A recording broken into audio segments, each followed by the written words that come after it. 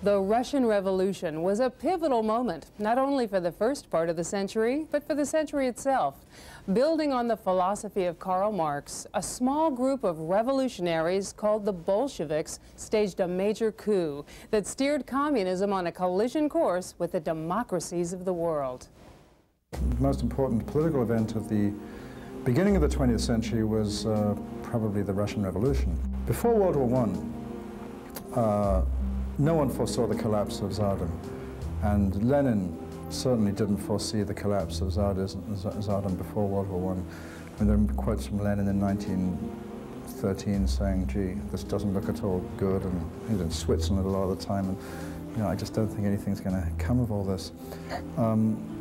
Now, the Allies, as you know, helped engineer the collapse of the Tsar in March or February of 1917. With ever-expanding cities and industrialization, many societies have become close-knit indeed. Like many people, the Russians notice that there's an ever-widening gap between the powerful elites and the working classes who suffer in grinding poverty. The people grow tired of oppression under Czar Nicolas and struggle to develop a doctrine that can unite the classes in equality. On and off since 1900, protesters filled the streets demanding power for the masses, igniting dreams of revolution in the minds of men like Vladimir Lenin. Trying to crush the revolution, the military fires into crowds of unarmed protesters. But this only unites the nation in smoldering discontent. World War I was certainly the catalyst for the Russian Revolution. Russia was exhausted and fighting a war that it was doing badly in, and that was certainly the most important contributing factor to the 1917 October Russian Revolution. Already taxed by the war, the Tsar cannot afford revolutionary chaos at home.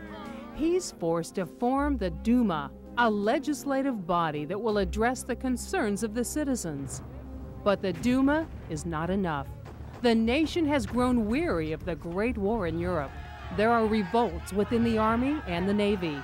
Soldiers turn weapons against their own ranks. Some even march with the protesters in support of the revolution. These sailors from the battleship Potemkin are put in jail for bombarding government buildings with their naval guns. With the assistance of sympathetic troops, revolutionaries seize government buildings and critical points of industry. A provisional government is formed. Its leader, Alexander Kerensky, intends to keep up the war effort while making Russia a democratic state. But those ideas are short-lived. Aided by the enemy government of Germany, the exiled Vladimir Lenin is already steaming back to Petrograd on a train. Leon Trotsky, Leo Tolstoy, and Joseph Stalin also converge on the city from their places of exile. In his underground newspaper, Iskra, The Spark, and in powerful speeches, Lenin links the concept of democracy with the horrors of an imperialist war. He promises to put an end to the fighting and to put the power of Russia's great capitalist machine in the hands of the workers who make it run. This strikes a deep chord with the masses, and they rally behind the red flag of the Bolsheviks. Revolutions are the locomotives of history, Lenin says.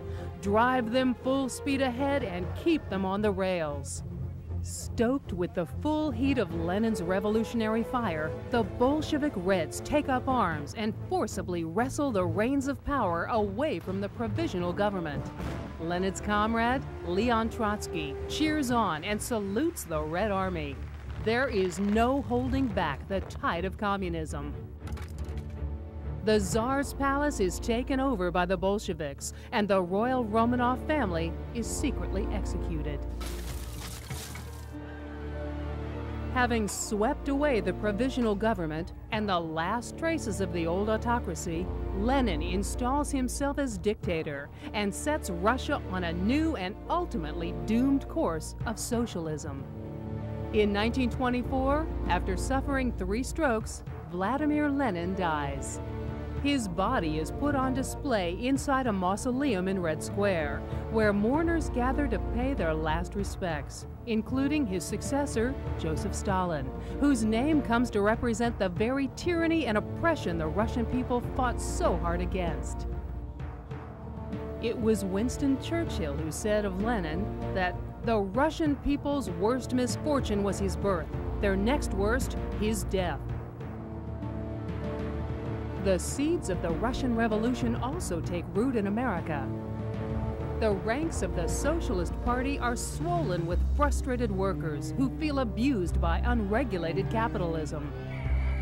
But the looming threat of involvement in the Great War creates an anti-red sentiment that wipes socialism from the political scene. These are the early chapters of a story that defines the century: the opposition of democratic and socialist doctrines.